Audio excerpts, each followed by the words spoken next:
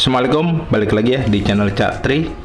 Oke teman-teman, di video kali ini saya akan coba bahas ya tentang kelebihan dan kekurangan terkait dengan jumper T-Pro yang beberapa hari ini saya coba ya. Ya memang nggak intens saya coba, tapi paling nggak menurut saya itu seperti apa sih. Dan nanti ada beberapa modifikasi yang saya lakukan supaya si jumper T-Pro ini lebih nyaman ya, saya pakai terutama.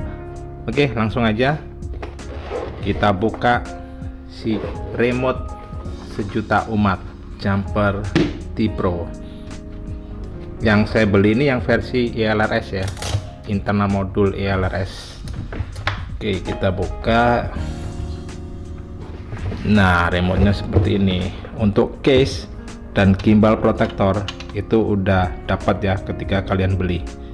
Oke, kita singkirkan dulu. Nah, sebelum masuk ke modifikasi yang saya lakukan ya supaya lebih enak si jumper T-Pro ini, saya akan coba bahas terkait kelebihan dan kekurangan dari si jumper T-Pro ini.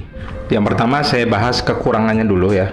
Untuk kekurangan, yang pertama, poin pertama itu adalah build quality ya. Soal build quality si jumper T-Pro ini ya standar lah ya, nggak bisa komplain juga dengan harga yang lumayan terjangkau ya, sekitar 1,2 1,3 kalian udah dapat model seperti ini ya, remote jumper yang udah lumayan kaya fitur ini. Tapi secara build quality jika dibandingkan dengan beberapa kompetitornya seperti Radio Master Zorro atau dengan DBS Tango 2 ya, memang jelas kualitinya ini masih di bawah kedua remote itu. Kemudian poin kedua untuk kekurangannya adalah saya coba otak-atik ya kemarin ya, ketika saya baru pertama kali terima itu ternyata si jumper T-Pro terutama khusus yang internal ELRS ini ya mudah soft break ya, artinya gampang banget error ketika kita mau otak-atik untuk mau mengupdate internal ELRS-nya, kemudian mau update firmware-nya ya, HTX-nya ya, maksudnya firmware yang ada di bawahnya si jumper T-Pro ini, itu gampang banget soft break ya. Dan itu menurut saya membingungkan terutama untuk pemula ya, yang mungkin baru pertama kali beli remote jumper T-Pro ini dan sebelumnya belum pernah pegang seperti OpenTX atau STX atau bahkan ELRS, itu pasti akan kebingungan. Jadi kalau misalkan pemula sebaiknya sih ambil jumper T-Pro yang versi JP 4-in-1 ya. Lalu untuk proses recovery-nya itu ternyata ribet juga. Proses recovery-nya itu ternyata nggak segampang yang lain ya. Recovery-nya ketika diupdate itu kadang gagal, kadang sukses ya untuk jumper T-Pro ELRS version ini. Jadi ketika flashing, terutama kalau flashing bukan menggunakan WiFi ya, menggunakan WiFi saya coba juga pernah juga gagal ya. Jadi sebaiknya dilakukan via kabel ya, via HTX pass through. Nah itu akan lebih besar chance-nya untuk berhasil melakukan update. Cuman memang kalau gagal itu memang agak ribet ya, ketika kita mau flashing atau mau recovery itu mesti ada boot button yang mesti dipencet ya, yang ada di dalamnya si jumper T-Pro ini. Cuman di sini juga sebenarnya udah disediakan ya, mungkin kegunaannya buat itu ya. Kalian lihat nih yang ada di tengah nih, ini adalah untuk boot button ya. Jadi ketika update ini kalian pencet aja, atau kalau misalkan kalian ribet mencetnya ini karena tombolnya ke dalam ya, itu kalian bisa set untuk si tombol yang ini nih yang sebelah kanan. Terutama kalau kalian beli di toko yang saya beli ya, ini ya di kemarin, tokonya namanya toko Zerius, itu dia boot buttonnya di set di switch yang sebelah kanan nih, yang momentary switch yang sebelah kanan nih. Jadi ketika update kalian sambil tekan ini kemudian di release ya. Jadi menurut saya kalau kalian memang udah terima si jumper T-Pro ini dan gak ada masalah dengan remote-nya ya, maksudnya secara range juga oke ya, kalian nggak usah apa-apain sebaiknya, apalagi buat pemula nggak usah di-upgrade, nggak usah diapa-apain, karena kalau error nanti kalian akan bakal ribet sendiri. Terus poin ketiga itu kekurangannya adalah model switch-nya itu agak aneh ya, agak aneh itu dalam arti nggak umum ya, terutama yang banyak dikeluhkan adalah yang masalah ini nih, momentary switch yang di kiri kanan nih. Ini biasanya harusnya two position switch, terus ada semacam ini apa namanya, switch 6, teman. Ini agak aneh, nggak umum ya. Jadi ini bisa diatur sebenarnya, cuman memang kondisinya switchnya itu memang agak aneh ya dibandingkan remote yang lain ya pada umumnya. Terus kekurangan yang lain terkait yang minor ya, kayak semacam micro SD-nya ini ditaruhnya itu di sini ya, agak susah kalau ngambil micro SD-nya. Cuman nggak masalah, no big deal, karena jarang juga dicopot pasang ya untuk micro SD. Biasanya untuk di TX ini jarang banget diambil. Terus di sini juga yang aku rasain ya, di mana di bagian port USB Type C-nya ini. Nah, di sini ada cekungannya ya. Jadi agak susah kalau misalkan kita colokkan nih kabelnya, kadang agak susah masuk ya kalau misalkan colokan kabel Type C-nya yang ada di sini. Kadang saya butuh bantuan semacam kayak gini nih, yang Type C tipe L. Nah, kalau pakai bantuan kayak gini jadi bisa, cuman ya jadinya agak ribet ya, nggak bisa langsung kabel masuk. Ya itu cuman minor sih sebenarnya. Oke, sekarang masuk ke kelebihan dari si jumper T-Pro ini ya. Untuk kelebihannya ya yang jelas yang terkait harga ya. Untuk harga di kelasnya, apalagi di kelas pemula ya, sebenarnya itu adalah harga yang bagus yang ditawarkan oleh si jumper T-Pro. Harganya itu cukup terjangkau dan dengan fitur yang diberikan ya, terutama baik itu yang JP 4-in-1 atau untuk yang ALRS version, itu udah sesuai menurut saya dengan harga yang ditawarkan ya. Secara fitur banyak, kalian juga udah dapat ini case sama gimbal protector gratis. Terus secara fitur juga oke ya, oke dalam arti ini udah hal sensor gimbal, bukan potensiometer lagi. Ada dapat modul eksternal seperti ini ya. Kalau misalkan kalian nambah modul eksternal, ini juga udah dapat dikasih gratis. Terus kelebihan yang kedua itu bentuknya yang compact ya. Compact dalam arti jika dibandingkan dengan remote yang lain, ini salah satu remote jenis yang saya suka ya. Jadi modelnya itu compact, nggak terlalu berat dan nggak terlalu ringan juga. Ini modelnya pas ya, dan untuk dipegang saya sempat coba nerbangin, itu juga enak juga ternyata ya. Dan ini cocok ya buat tangan-tangan seperti saya nih, tangan yang nggak terlalu besar, dan modelnya itu pincer karena di sticknya ini cukup panjang, jadi untuk pincer tuh lumayan cocok daripada yang model tumbler seperti ini. Terus kelebihan lainnya adalah ini udah hal sensor gimbal ya, jadi udah dipastikan harusnya sih kalau hal sensor gimbal itu lebih awet daripada potensiometer jenisnya. Dan ini sayangnya di adjustnya itu nggak bisa langsung dari sini ya, kalian mesti bongkar case nya dan dilakukan adjust kalau misalkan kalian mau membuat ininya lebih kenceng atau lebih smooth atau lebih loose ya, tergantung preferensi pilot ya. Tapi untuk mengadjustnya itu kalian mesti bongkar case nya.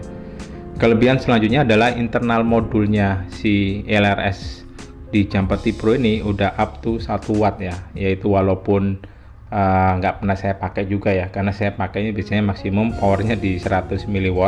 1 watt ini udah lebih dari cukup ya, udah cukup banget, dan itu mungkin akan malah bikin boros baterai. Tapi anyway udah support modulnya sampai 1 watt, itu udah bagus banget, terutama buat yang kaum FPV pilot yang long range, itu pasti butuh watt yang lebih gede.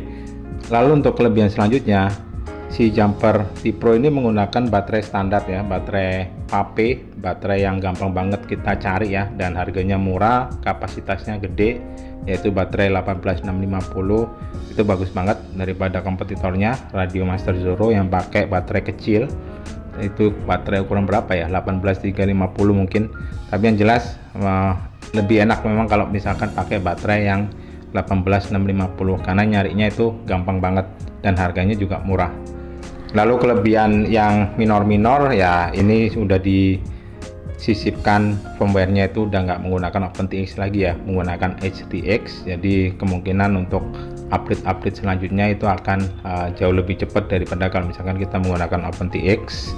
Anyway, walaupun ada beberapa kekurangan, saya sih cukup puas dengan apa yang saya beli ya untuk jumper T-Pro ini. Nah, Selanjutnya saya mau kasih tips ya. Ada beberapa tips atau beberapa step yang saya lakukan modifikasi ya agar si Jumper T Pro ini lebih nyaman dipakai. Yang jelas yang pertama itu adalah ini yang kalian lihat ya sebelumnya. Jadi saya udah mod ya, mod switch yang ada di sini nih, yang harusnya ini switchnya itu modelnya slider. Ini saya ganti model tuas ya, model cetrekan kayak gini. Nah ini akan lebih enak lagi nih buat arming. Nah ini caranya gampang. Saya beli apa namanya nih cetrekannya, ini murah kok. Ini harganya sekitar 50.000 atau kurang ya, sekitar segituan. Dan kalian untuk masangnya juga gampang. Ini saya pasang aja di sini, jadi ini cukup enak dibandingkan kalau kalian arming menggunakan momentary seperti ini ya. Ini rawan banget nih untuk disarm atau arming nggak sengaja. Nah ini kenapa saya putuskan tetap dipasang tuas seperti ini ya, karena walaupun di versi yang terbaru itu udah diganti ya untuk back plane yang ada di case nya ini di sini kan ada 2 position switch sebenarnya, locking LED switch yang di versi terbarunya itu juga disertakan. Ini sebenarnya juga bisa juga buat arming, cuman posisinya masalahnya di kanan ya. Untuk arming sih nggak masalah kalau untuk arming ya, tapi untuk disarm itu kadang kurang cepat. Saya beberapa kali coba itu ketika crash itu kurang cepat saya untuk disarm. Lebih cepat kalau misalkan ada di posisi sebelah kiri ya dibandingkan sebelah kanan. Jadi ketika kita crash, nah kalau misalkan model kayak gini kan cepet nih untuk disarm. Jadi untuk meminimalisir kuatnya itu rusak ya, ISC nya terutama ya, lebih baik ya disarmnya itu bisa lebih cepat kalau misalkan kita mengalami crash.